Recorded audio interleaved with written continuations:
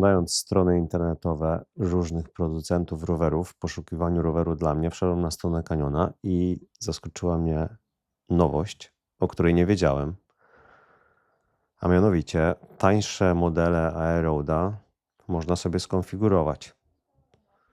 Cena zaczyna się od 29 299 zł. Można oczywiście wybrać rozmiar. Można wybrać długość mostka w kokpicie.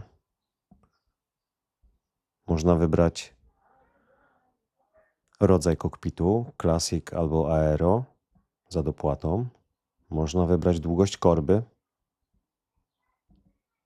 I nawet można wybrać rodzaj kasety. Także jestem pozytywnie zaskoczony, bo 1,5 roku temu nie kupiłem Cannona ze względu na to, że nie można było zmienić długości mostka.